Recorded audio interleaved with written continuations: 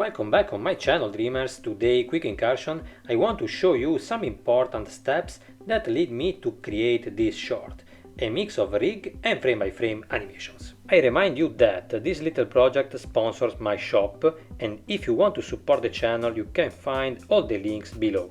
Thank you very much, and if you haven't already done so, please subscribe to the channel.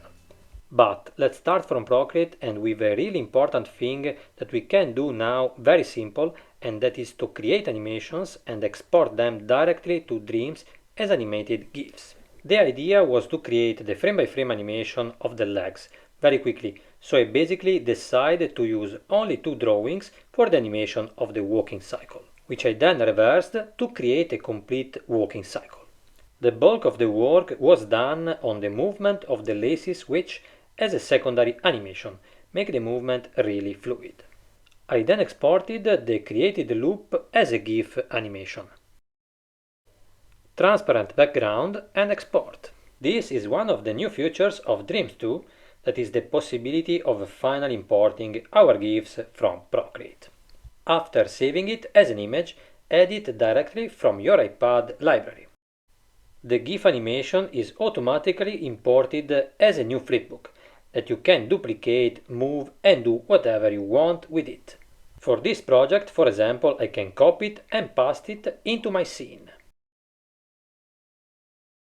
Now that it's inside the scene, I can resize and position it. Duplicate it across the entire timeline to create a complete walking cycle. Now my character has 2 pairs of legs. Amazing! All the other elements that make up the character were obviously drawn first on Procreate.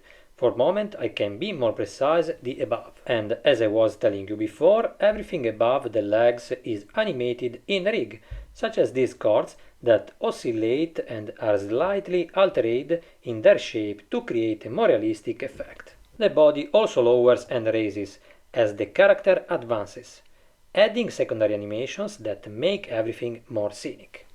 All these elements serve to create a perfect loop. Almost forgotten, even the ears oscillate with every step, this to give even more physicality to the animation. All the animations you see around our big cat are frame by frame too, and follow what I did on the legs by exporting GIFs from Procreate. And you're probably wondering why you didn't do them directly on Dreams. Well, simple. For some animations I changed the frame rate often. As you can see, now I have set 9 frames per second. To not mess up the work on Dreams too much, I decided to make all these animations above and then export them as GIFs. But let's make a new one quickly.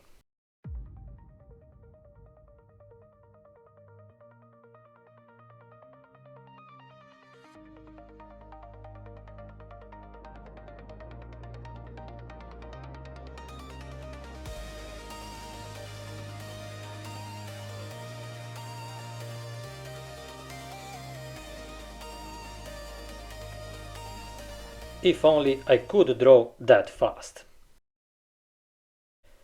In this case too, I then export the animation as a GIF and immediately put it on Dreams. And magically it became white. I inserted it into the group where there are all the other GIFs that you see around the character, and in this group I gave it an HSB filter to make them all white. They stand out much more. In this case too, I repeat the whole loop on the timeline. You see the little hand here waving at you. Together with all the others, they create a very cool effect. Frame by frame animations, in rig animations, what's missing? Just a floor. For this animation, which makes the scene truly 3-dimensional, I use the method I have already taught you. What you see is a video. If I remove the distortion keyframe, it returns to its original shape. In short, in a small project, I really added a nice mix of techniques. That's why I always tell you to experiment. There is a lot of power here on Dreams. You just have to use it to your advantage with ideas like this. And don't we add the camera movements?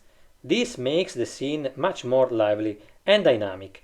But the goal is also to keep time with the music, which is why these movements are really important. In this case, I decided to keep the scene in a single group and work on the movement and scale keyframes. In the points where I decide to change or rather cut the scene, the keyframes are one after the other, with a shot in the first and a change in the second.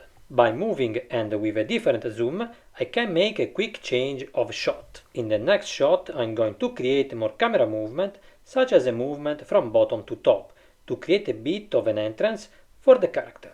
And again, another change of scene, with a shot that in this case rotates.